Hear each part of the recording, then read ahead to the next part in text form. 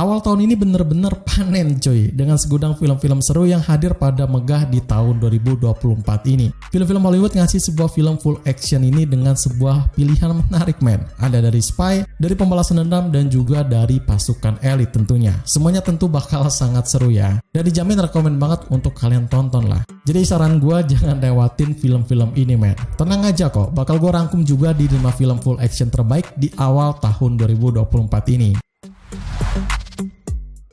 Pembuka list film hari ini bakal gue buka dengan sebuah film yang sangat fresh parah. Dimana bulan April ini ada satu film action yang penuh dengan keseruan soal ceritanya men. Dan bukan cuma itu aja, actionnya juga bakal sangat seru dan juga menarik. Civil War bakal mengisahkan tentang sebuah perjalanan yang melintasi Amerika di masa depan, yang ternyata negara besar tersebut sudah menjadi negara distopia yang sangat mengerikan. Mengikuti sebuah kisah dari tim jurnalis militer yang berpacu dengan waktu untuk mencapai DC sebelum faksi pemberontak yang bengis merebut Gedung Putih tersebut. Mengangkat sebuah isu yang sangat sering banget menjadi perbincangan hangat pada masa-masa sekarang, Civil War bakal sukses banget menjadi show yang sangat unik dan jujur belum pernah gue tonton sebelumnya men. Genre dari action yang intens dan tema tentang jurnalistik yang menarik menjadi salah satu poin utama yang diperlihatkan dengan baik dalam film Civil War ini men. Sinematografi yang epic juga tentu menjadi salah satu hal penting yang ada di dalam film ini, dan juga tentu A24 bakal bisa ngasih sebuah ekspektasi nyata dengan memuaskan para penontonnya lewat sinematografinya tersebut. Selain dari sinematiknya, tentu performa dari aktornya pun sangat menjanjikan men. Selain dari Civil War ini, gue gak pernah ngeliat acting Kirsten Dunst sekeren dan ciamik ini men. Ya kecuali pas masih prime-nya dulu gitu main di film Spider-Man ya. Dia ngasih sebuah karakter yang penuh dengan realitas dan menjaga karakternya tersebut agar sukses menggambarkan secara akurat dalam penyajian pelaporan perang dan kecanduan adrenalin yang dialami oleh para jurnalis perang men. Tapi walaupun begitu, ini film bukan menjadi film yang perfect ngasih selera tontonan orang dengan baik gitu. Ada banyak hal yang memang bagi gue sendiri masih kurang bisa ngehook untuk nonton sampai akhir gitu men. Meskipun begitu, tetap ini film menghibur untuk para pecinta film berat. Civil War sukses ngasih peran tersirat tentang anti perang yang bisa sangat ngena ke hati para penontonnya coy. Maka dari itu walaupun ini tergolong film baru, ratingnya sendiri masih bertengger di 7,6 situs IMDb. Lanjut dengan sebuah film action yang tentu bakal seru dengan penuh adrenalin seperti biasanya nih. Dari sebuah remake film terbaik yang ceritanya tentu nggak lekang oleh waktu men, pada kisah yang menarik untuk diikuti gitu. Roadhouse ini bakal menceritakan tentang seorang mantan petarung UFC bernama Dalton yang menerima sebuah tawaran sebagai bodyguard di sebuah roadhouse yang ada di Florida Keys. Tempat tersebut menjadi salah satu surga untuk para turis yang menginginkan sebuah kesenangan di sana gitu. Cuma hal itu nggak bertahan lama di benak pikiran si Dalton ini men. Karena terkejutnya bukan kepayang, ia menemukan sebuah rahasia mengerikan yang disembunyikan dari tempat Florida Keys yang menakutkan tersebut. Mengajak para penontonnya untuk nostalgia dengan indahnya di film Roadhouse ini ternyata menjadi salah satu bumerang yang menyakitkan untuk film yang diproduksi oleh Amazon Studios ini men. Bukan menjadi kenangan yang baik, malah menjadi kenangan yang penuh dengan menyakitkan loh. Karena film ini juga banyak menggunakan kekurangan yang asli gue juga nontonnya sampai kaget gitu loh. Kok bisa sebuah film remake bakal ngasih kesan yang lebih buruk dari pendahulunya? Kan aneh gitu ya. Untuk ceritanya sih bagi gue sendiri masih oke lah, walaupun memang agak cringe ya, tapi masih bisa dinikmati oleh semua penontonnya gitu. Sinematografinya juga not bad ya, yang mana gue gak meragukan Doug Liman sama sekali untuk soal pengarahan dan juga visual yang diberikan oleh beliau ini. Cuma hal-hal tersebut seakan dimuntahkan dengan gampang dengan satu hal major yang memang sangat penting banget ada di film Roadhouse ini men. Ya, karakter development dan juga actingnya men. Gue sangat-sangat gak meragukan actingnya Jake Gyllenhaal dalam film ini gitu. Gue malah excited lah dengan karakternya yang memang sangat melekat banget pada dirinya tersebut. Cuma entah kenapa penggambaran Dalton pada film ini gak seepik dari pendahulunya men. Dan interaksi dengan karakter lain pun agak sedikit aneh dan bahkan canggung gitu. Apalagi dengan musuhnya yakni si Knox ini yang diperankan oleh Conor McGregor ya. Itu bener-bener aneh banget sih. Gue gak melihat chemistry yang apik dari keduanya men. Agak canggung dan juga awkward gitu ya. McGregor kalau dapat scene action bisa keren banget lah. Tapi kalau dapat scene di monolog ataupun dialognya, wah udah awkward banget men. Selain dari itu semua not bad lah. Dan gue tetap menikmati film ini sampai selesai. Roadhouse ini bakal cocok banget untuk orang yang suka dengan action klasik dengan balutan modern yang menarik banget men. Hal itu sukses menghibur penontonnya di Prime Video loh, dengan ngasih rating 6,9 di situs IMDb.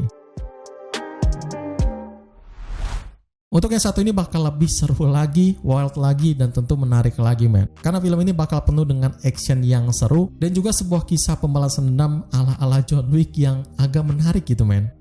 The Beekeeper bakal mengisahkan tentang seorang pria yang dulunya merupakan salah satu bagian paling berbahaya dari organisasi rahasia yang sangat berpengaruh pada keseimbangan dunia men. Pria tersebut dikenal sebagai peternak lebah ya, dan mulai kampanye brutal untuk membalaskan dendamnya tersebut. Tapi hal itu tidak mudah untuk dilakukan men, karena ternyata targetnya adalah orang penting yang sangat dilindungi di negaranya tersebut. Pria itu mau tak mau harus mempertaruhkan identitasnya sebagai peternak lebah ya, pada saat juga memburu mangsanya tersebut.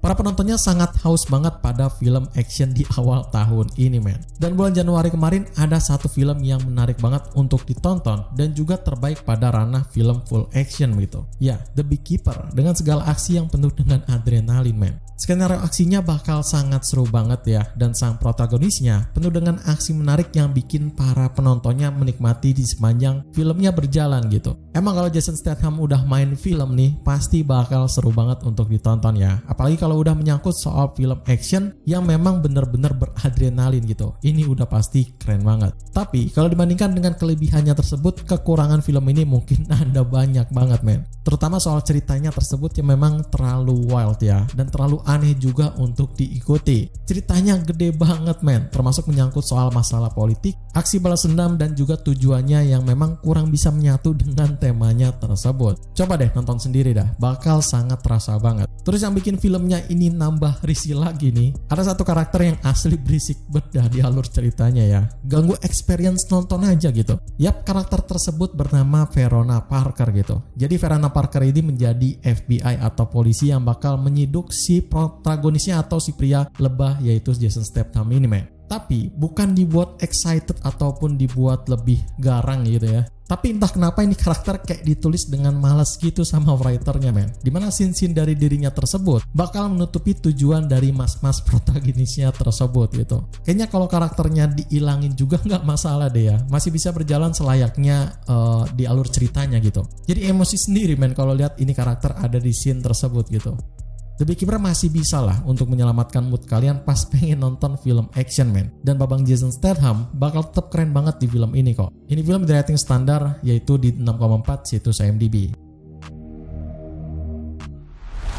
Ada satu film action yang hadir pada bulan April ini men, dimana tentu actionnya sendiri bakal sangat seru banget, yang juga memberikan sebuah kisah menarik dan unik dan jarang banget orang-orang tonton di layar lebar gitu. Monkey Man bakal mengisahkan pada seorang pemuda tanpa nama yang memulai sebuah kampanye balas dendam terhadap para pemimpin korup yang telah merenggut nyawa ibunya tersebut. Dalam perjalanannya untuk membalaskan dendamnya tersebut, pemuda itu menuntut keadilan atas kejahatan mereka yang terus menyangsarakan masyarakat miskin dan juga tak berdaya di sana.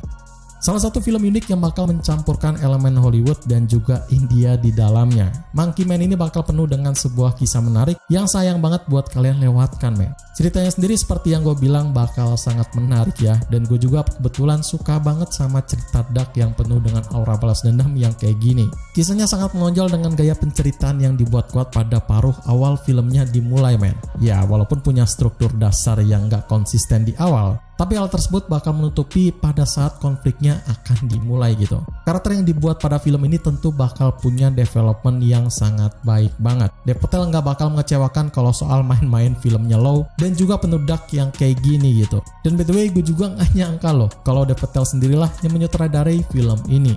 Sebuah debut penyutradaraan yang sangat baik banget bagi dirinya untuk karir sineas dunia men. Skenario aksinya bakal melebihi ekspektasi kalian men. Gue sendiri berekspektasi kalau film ini bakal penuh dengan drama-drama doang gitu. Tapi nyatanya enggak. Banyak penonton yang menikmati dengan enjoy dengan aksi yang ada di dalam film ini. Termasuk gue sendiri ya. Cuma ya namanya debutan awal lah ya. Nggak bisa dibilang harus perfect juga. Karena memang skenario aksinya yang terlalu intens membuat kameranya agak banyak bergoyang dan tentu hal itu mengurangi nilai penting pada filmnya tersebut. Jadi ya masih safe lah. Monkey Man udah cukup lah bikin gue terhibur dengan bikin nambah good mood di weekend kemarin men. Mereka ngasih sebuah pertarungan yang menarik dan juga kultur yang unik. Gak heran juga bakal bisa dapat rating di 7,3 situs IMDb. Terakhir yang bakal hadir pada list film full action kali ini bakal ada dari sebuah film yang penuh dengan waktu penayangannya yang sangat heboh banget men. Apalagi dengan menggandeng tema sebuah spy, ini film seru banget sih. Argyle bakal mengisahkan dari seorang penulis soliter yang menemukan bahwa novel spionase barunya itu tak hanya menghibur juga tapi juga mengungkapkan rahasia-rahasia tersembunyi pada dunia nyata men. Kisah fiksinya tersebut mulai terlihat menyatu dengan realitas dan membuka takbir dari politik atau plot gelap sindikat mata-mata yang ada pada sebenarnya gitu. Gak bisa dipungkiri film Argyle ini bakal populer pada tahun 2024 ini men. Karena mereka ngasih sebuah film full action dengan tema spy yang bagi gue sendiri sangat kangen ya. Dengan tema spionase full action yang fresh gitu. Semua itu bakal didapatkan dengan asik di dalam film Argyle ini men. Tapi bukan berarti ini film bagus dari segi keseluruhannya ya. Banyak hal-hal penting yang menjadi krusial pada filmnya ini men. Bukan dari pendapat gue sendiri, tapi banyak penonton yang mengalaminya loh. Memang sih, Argyle ini adalah salah satu film dengan premis yang bikin ngehook para penontonnya untuk nonton ini film men. Dan terbukti juga gue sangat-sangat excited banget pada waktu itu gitu. Jujur gue gak nonton di bioskop ya, melainkan lewat Apple TV. Dan mungkin gue bisa terlega lah oleh hal itu ya men. Karena ini film absurd parah gitu. Ya kalian bisa nikmatin kalau ini film nonton di rumah. Tapi coba kalian bayangkan kalau nonton ini film di bioskop. Asli dah bakal awkward parah ya. Ceritanya yang nyeleweng kemana-mana, action komedi yang gak lucu sama sekali, dan karakternya yang penuh dengan main leadnya jadi bikin para penontonnya ikutan puyeng men. Satu-satunya yang bisa bikin ini film layak ditonton ya karena memang ngasih cast yang gak tanggung-tanggung gitu. Semua pemeran yang ada di dalam film ini adalah bintang Hollywood semua men. Dan tentu profesionalitas mereka udah gak usah diraguin lagi lah ya. Oh iya, satu lagi nih, skenario dalam aksi film ini not bad man. Gue enjoy banget dengan scene berantemnya, tapi karena dihidangkan dengan visual yang cukup buruk untuk kelasnya gitu ya, jadi scene tersebut terlihat biasa-biasa aja man. Argyle adalah salah satu film spy terbesar pada hadir di tahun 2024 ini, dan gue enjoy gitu nonton di rumah ya, dan tentu juga sangat bisa dinikmati bareng dengan keluarga. Sayang untuk ratingnya harus puas di 5,7 situs IMDb. Segitu aja rekomendasi 5 film full action terbaik di awal tahun 2024 yang bisa gue share hari ini. Film mana nih yang menarik untuk ditonton? Silahkan komen aja di kolom komentar di bawah ini ya. Like video ini jika kalian suka dan juga share video ini ke temen tongkrongan kalian biar pada tahu nih ada film action seru di tahun 2024 ini. Ya pengen request untuk konten selanjutnya silahkan gabung aja membershipnya dulu dan masukin tema requestan kalian di kolom request film yang ada gue sediain di kolom community tab ya. Sekian untuk hari ini, selamat menonton and see you in the next film.